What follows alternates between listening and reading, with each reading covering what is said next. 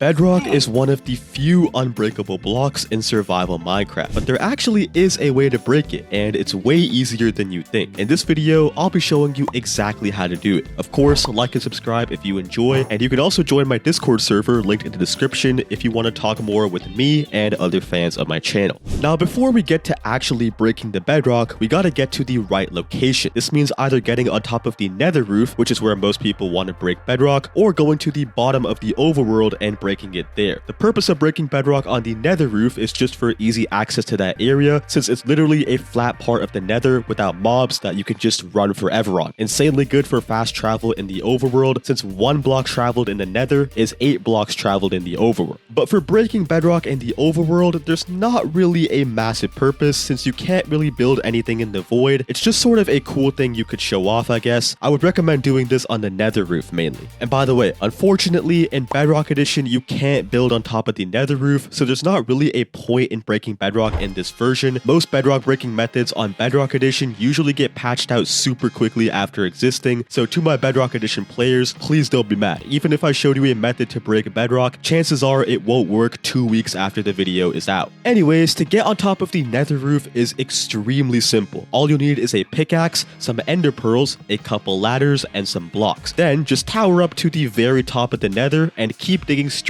up until you hit bedrock. But that's not it. You now need to find a bedrock layer that's only 1 block thick. The reason for this is that way, when you're on the nether roof, you break the bedrock, you only have to break 1 layer to get back down to the nether, so it's just way more convenient. How do you know if the bedrock layer you're looking at is only 1 block thick? Well, simply turn on the coordinates. When you stand directly below the bedrock, if your Y level is 125, that means that the bedrock layer there is only 1 block thick. If your Y level is lower than that, that means there's 2 or 3 bedrock blocks above you. You're going to need to dig to the side until you find a bedrock block at layer 125, which might take a bit. Once you do find that 1 layer thick bedrock, you also want to make sure to note down the X and Z coordinates too. That way, once you're on the roof, you will know the exact bedrock block to break without any confusion. And once you're up here, you've done 90% of the work. Just place down a ladder on the block where you're standing, hold some ender pearls while facing up towards the roof, and simply spam the jump button along with the ender pearls at the same time. Hold the W key as well so you can fully get up, and now you're on top of the nether roof. By the way, this is important. Before you actually do go to the nether roof, you want to have all the bedrock breaking materials already with you. I'll let you know what those are in a second, but keep in mind, once you're on this roof, you cannot get back down without either breaking the bedrock or a second nether portal. So now that you're on the roof, go to the exact coordinates of the bedrock block you noted down, and then we can finally go over the bedrock breaking method. You're going to need 2 obsidian, 20 TNT, a trapdoor, 1 lever, and I would recommend bringing around 6 or 7 pistons. You also want to bring materials for another nether portal if you mess up and need to go back.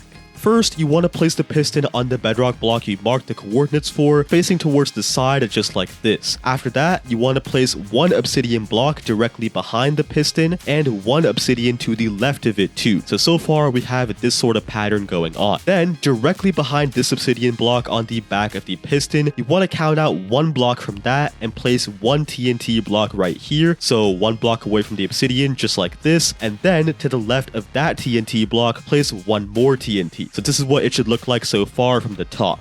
Then, next to this front obsidian right here, you want to place your singular trapdoor in the same direction that the piston is facing, just like this, and then finally place a lever on this obsidian block right here, right next to the TNT. This is it. This is the whole bedrock breaking contraption. Now it's just about activating it and actually breaking the bedrock. So now we're about to set off the TNT, and it's going to be live with very little time to react. So watch very carefully what I'm about to do. First of all, you want to head into your controls and change your use button key to any key on your keyboard besides your mouse. Now the reason we're doing this is that we're going to need to spam our use button super fast, and switching the key to a keyboard key instead of the mouse allows you to hold the key down and use it at a much faster speed than normal. After that, here's what you want to do shown in slow motion so you can get a better idea. You want to click this lever right here, and then you quickly want to go right next to the trap door, open it, and then close it down on yourself so you're in a crawling position. From at this point, you want to scooch over to the right a little, and you want to have a piston in your hand, holding down your use button key while looking at the top left corner of this obsidian block right here. Basically, we're trying to place the piston on the same tick that the TNT explodes, and as you can see, when that happens, we will actually break the bedrock that was right under the piston. So let's show that again one more time in 100% speed so you can fully understand what to do. So once again, pull the lever, go under the trap door, open it so you're crawling, look at the top left corner with the piston in hand while holding your use key, and bam. Keep in mind that this might take you a few tries if you're doing this for the first time, like you might be too slow or you might place the piston too late. Don't worry. First of all, I would definitely recommend practicing this in a creative world before you attempt this in your survival world. That way you have a lot of tries to fully get it down. And also in the materials list, I actually told you to bring way more extra materials than you needed. So if you did follow that, you should have many more resources for a second, third, fourth, however many tries that you need to get this working.